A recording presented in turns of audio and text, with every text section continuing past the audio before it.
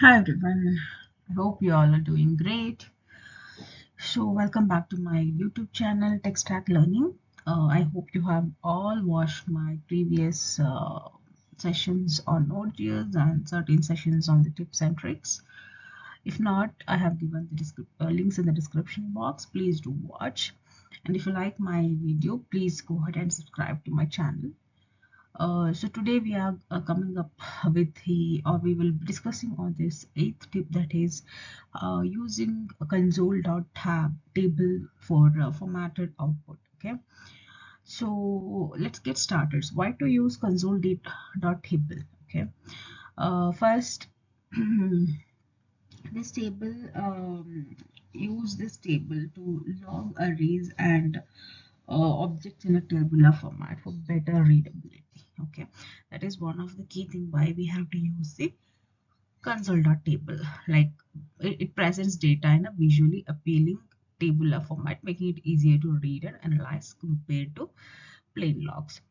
Then ideal for arrays and object, like it's perfect for displaying arrays of objects, allowing you to see object properties neatly organized in rows and columns, right? Quick debugging, it helps to quickly identify and uh, identify values, patterns, or issues in your data structure during debugging, especially when working with the complex data sets. Then improves productivity, so it helps you quickly identify values, patterns, or issues in your data structure, and with that it's easy to read output, reduce the cognitive load, like speeding up your debugging and development process. It's customizable, you can display selected properties of objects by passing in specific keys, making your output cleaner and more focused. Okay, professional presentations for demos or reporting, it provides a more professional look compared to regular console.log. So using console.table not only enhances the readability of your logs but also boosts your efficiency when dealing with the structured data like arrays or objects in Node.js. Okay, so I hope you guys have an idea about what is console.table. So let's try to create some of the how to see. We will see how to create these console.table. For that, I'm going to add another file under my folder. Mm, okay, and here what we will do first, we will create an array. Okay,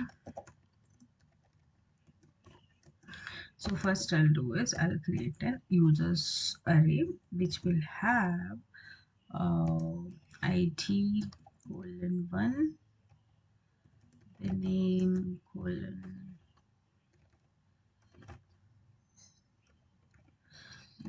colon I'll give John, then age colon I'll give 30. Okay, this is one object. So similarly I'll create I'll just give it as 1. Okay, then we will copy this. We have 3 users or 4 users. Okay, so I'll make it as 2, 3 and 4. So we will have Alice, Nick, Mike, and we will change the age 35, 25 and 30. Okay, this is what the user's object looks like, and now we will try to print this as a table of users. Okay, um, so let's run it. So we will go to tips.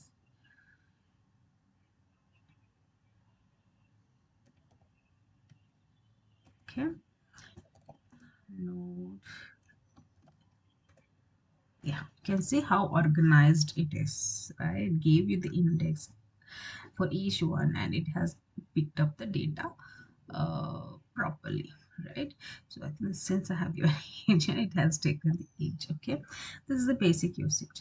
Now if you see, they're displaying objects with key value pairs like single objects. You can also use console.table to display a single object with each key value pair becomes a row in the table. Okay, we'll see how that looks. So let me just put like settings.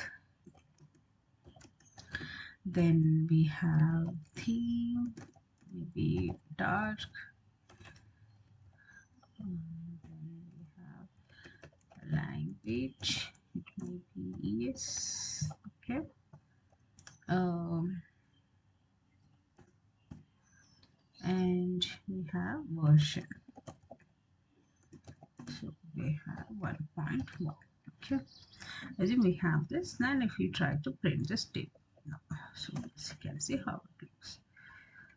Oh my god. Okay.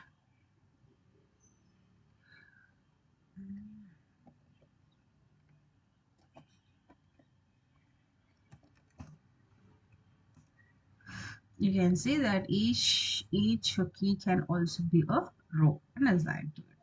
Okay, that is displaying object with the key value pairs. Okay, then you can also customize table output like column filtering. You can specify which columns to display by passing an array of column names as the second argument to the console.table. Okay, so here we have this, right? So let me try to print console.table of users. Then I will mention name, and then I think I'll mention agent. Okay.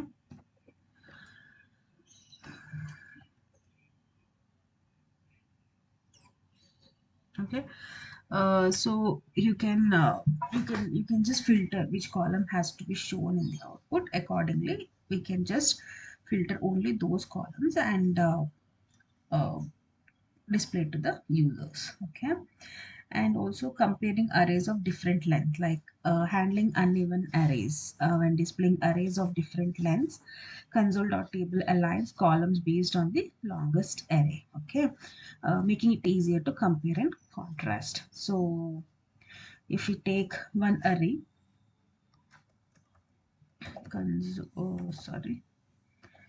const array equal to name list.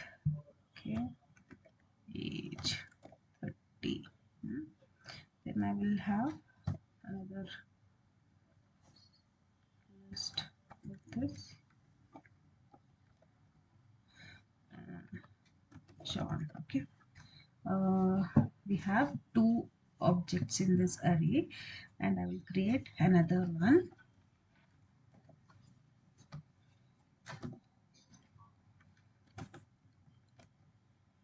Array 2. So we have name Charlie, this one, and I will also add email. Okay,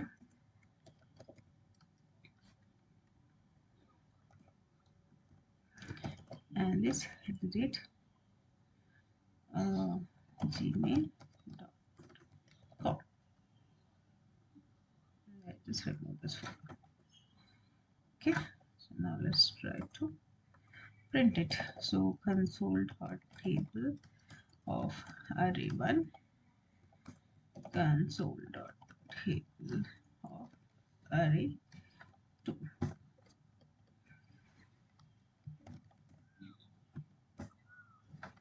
Yeah, you can see that. So here also it is easy to compare and display it, right? This is how basically the console.table works. As I said, the best practices used for data analysis combined with other console methods like console dot error. Okay, and the limitations could be when we have not for large data sets, it's best suited for small moderate amount of data. For very large data, the output might become very cumbersome. Okay, uh, yeah, I think This is how we use the basically console.table. Okay. So I hope you have an idea how to use console.table, what are the different why to use it, and what are the benefits, what are the limitations, and also what are the different ways you can use this console.table and where to use it. Okay. So if you like this video, please go ahead and subscribe to my channel and hit the like button. And if you have any comments over this, please go ahead and comment in the comment box.